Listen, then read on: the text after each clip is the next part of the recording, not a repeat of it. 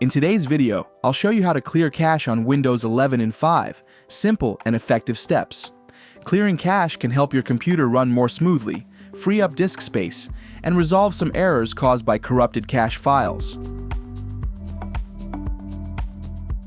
First, press Win-S to open the search bar, type Disk Cleanup, and hit Enter. When the Disk Cleanup window opens, select the drive you want to clean, usually C. The system will scan and display a list of files that can be deleted. Check temporary files, thumbnails, and any other items you want to remove. Click OK and select Delete Files to finish.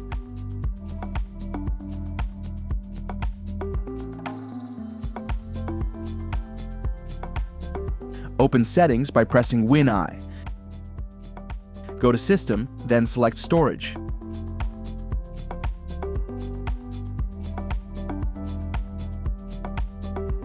Click on Temporary Files. Here you'll find a list of temporary files saved by Windows.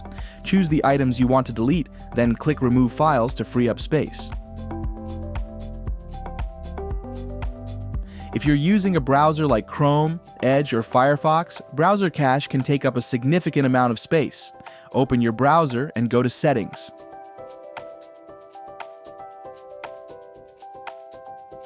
Find Privacy and Security, then select Clear Browsing Data.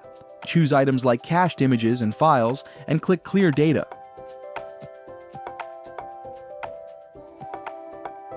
Cache press Win-R to open the Run dialog box. Type wsreset.exe and hit Enter. This tool will clear the Microsoft Store cache and restart the store.